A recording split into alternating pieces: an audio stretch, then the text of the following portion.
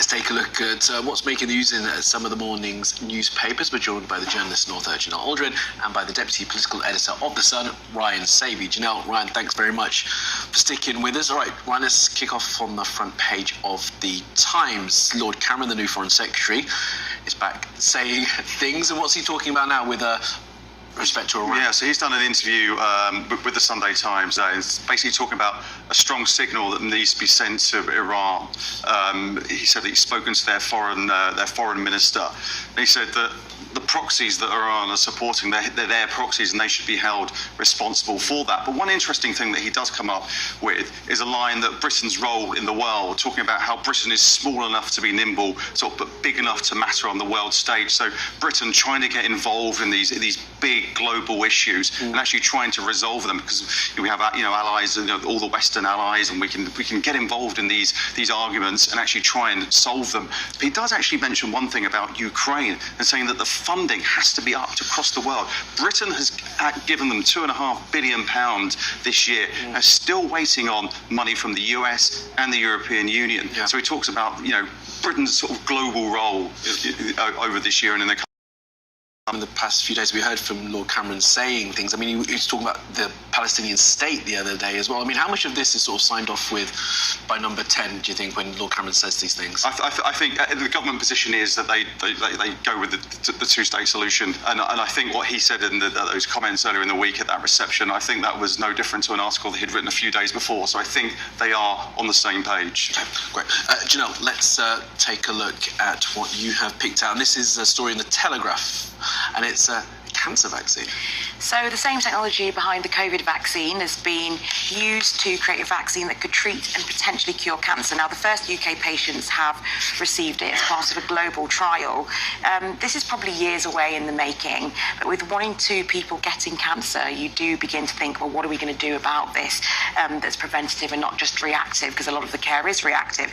And so it's interesting to see what will happen, and the potential that it does have is actually for people who've had cancer, because they're more likely to get it again. So if you've had cancer, that's what that vaccine, and that's the way currently it's been thought about it will be used. I do think it's really interesting, and it's been created at the Imperial College Healthcare NHS Trust, the Imperial College in London, and they're the first in the UK to test the jab. So I think it will be interesting to see what happens with this, and I'm sure it'll be music to many people's ears if this does become a vaccine that can be rolled out more widely. It definitely will. All right, guys, we're going to keep moving on. I'm going to skip on, actually, and Janelle, I want to go to your next story and stick with you if we can. This is a story in The Telegraph about a Netflix documentary.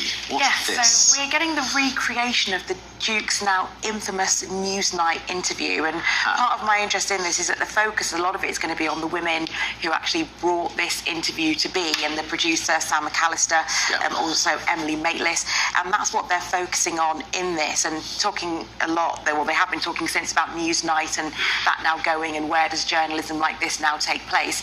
But I do think it's Netflix once again playing around with the royal family, with a dramatisation of things that have happened in real life. And I guess when we see it, we'll know whether people can rightfully be outraged and how close to the truth it is. But apparently it seems a very faithful reenactment of that interview. The House of Windsor are going to cancel their subscription to Netflix after this one. All right, Ryan, let's move on to your story, if we can, in the Mail. We talked about this before we came back to air, because my boy is at nursery.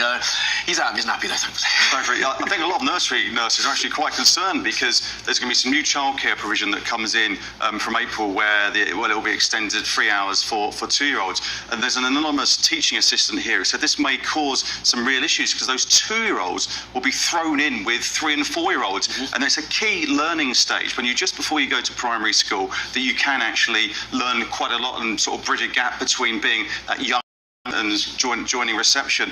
And this anonymous teaching assistant says there's issues over lots of the children still in nappies, they can't feed themselves, and they resort to crawling. So it's a really difficult stage, and it's taking up a lot of their time. So they can't spend those sort of vital sort of months before they go to school with those sort of 4-year-olds just before they go into the classroom. And this is the overstretched nursery staff anyway. There aren't enough nursery staff, and they're underpaid, and as I said, overstretched, dealing with all those wonderful little ones.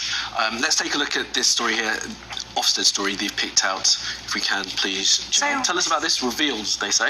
Yeah, whistleblowers have been speaking about the fact that when Ofsted inspectors go on these inspections, they take notes on these electronic devices. And what's been happening is sometimes they've been crashing and they don't have any evidence. So they're basically doing their reports on, I assume, what they can remember happened. And actually, some schools have actually come back to them and say, I need to see the evidence of what you're speaking about, and there is no evidence because it's all crashed. So they are now looking into it, but I think it's quite worrying to think that over the past few years, the schools had no idea that they've been given a grading of outstanding or maybe needs improvement, and actually there's no evidence they can see as to why they've been given that rating.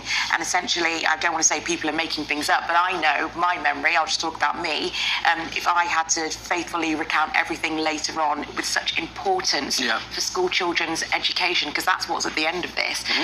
I think it's massively important that the technology is there, and if it's not, that the school is aware that actually they don't have notes on how that went. Yes, really bad. And also, of course, in the spotlight after the death of Ruth Perry, and calls, of course, to try and remove that one-word assessment that they give to those schools. And sticking with education piece, Gillian Keegan will actually be on the show with our man Trevor Phillips in the next hour or so. What's she saying here in the Mail? Yeah, there's a big push here for degree apprenticeships.